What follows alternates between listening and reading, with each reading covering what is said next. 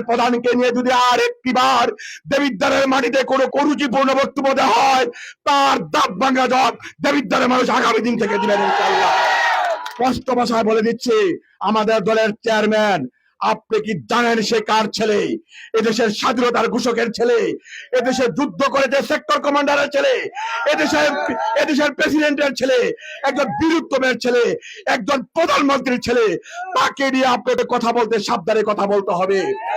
যার মাটির দিকে অনেক গভীরে যার ভালোবাসা আছে এদেশের মানুষের, যাকে নিয়ে কথা বলছেন, যার সেন্টিমেন্ট নিয়ে কথা বলছেন, আপনি হয়তো এই সেন্টিমেন্ট এখনো বুঝে উঠতে পারেন নাই।